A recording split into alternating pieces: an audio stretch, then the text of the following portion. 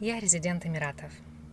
Но карантин решила провести в родительском доме в Украине, не догадываясь, что арабская страна закроет границы полностью, даже для своих резидентов. Разрешение на возврат нам дали только под конец июня. Я сразу купила билет. Теперь, сидя в самолете, подписывала обязательства сознательного поведения жителя Дубая и вносила в анкету сведения о пригодности моей жилплощади для самоизоляции, потому что как альтернативу правительство подготовило для обсервации 3-4 пятизвездочные отели соразмерно любому кошельку. Но главное испытание ждало нас по прилету – тест на коронавирус. Для нас процедура бесплатная, видимо, чтобы сгладить ее неприятность. Я никогда не видела такой пустой аэропорт Дубая. По сей день в Эмираты прилетают только поодинокие спецрейсы. Страна очень основательно борется с пандемией, и это чувствуется во всем.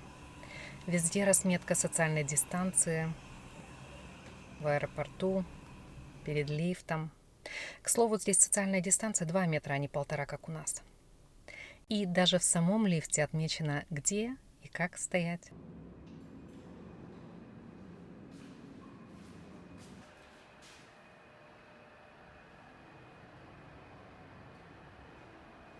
То есть, по сути, в лифте может ехать только 4 человека.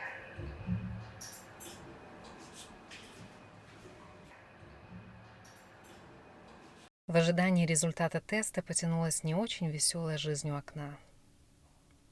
Хотя радостно было заметить, что инфраструктура, хотя и закрыта для посетителей, но все так же идеально чистая. Вообще, чистота – это визитная карточка Эмиратов. По прогнозам экспертов, страна должна потерять к концу года около 10% населения, в основном работников обслуживающего сектора.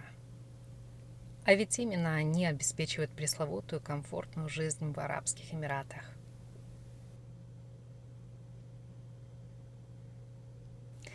Ну, хорошо, хоть эти ребята остались.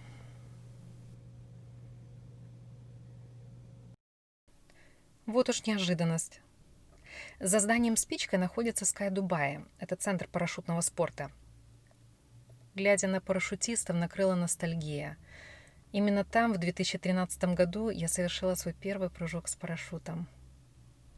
Правда, в то время было поменьше зданий под ногами.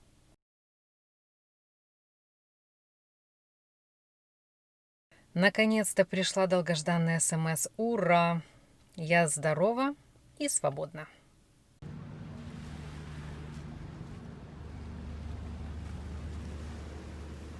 Пляж пустой, и это неудивительно.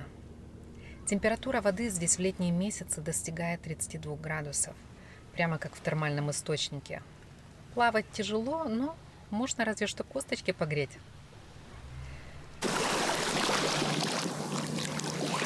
бы водичка теплая, не горячая, тоже нормально.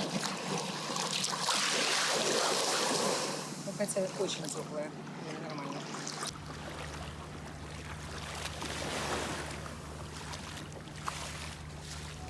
Возвращаюсь с пляжа, потому что это просто невыносимо. Так жарко. Ух. Ну, как бы спрячусь в тени, отсижу. А потом, опа, тень. А потом вернусь ночью и попробую спустить каяк. Посмотрим, что получится. Каяк мне спустить на воду не удалось. До открытия туристического сезона уменьшено количество береговых спасателей, и одиночное плавание на моем надувном каяке посчитали чрезмерно рискованным. Ребята, это дико смешно. Когда я прилетела, меня попросило правительство Дубая загрузить специальное приложение, в котором написано, как нужно себя вести на территории страны, на территории конкретно этого Эмирата Дубай. Я это сделала. И в руководстве было четко написано, что одевайте маску только тогда, когда вы болеете, или тогда, когда вы находитесь в непосредственном контакте с заболевшим, который не одел маску. То есть людям, которые не болеют, маску одевать не надо. Но когда я гуляю по улицам, тут абсолютно все в масках. Следуя правилам путешественника, я решила не выделяться из толпы и тоже одела маску. Тем более, что штраф за неношение маски около $1000.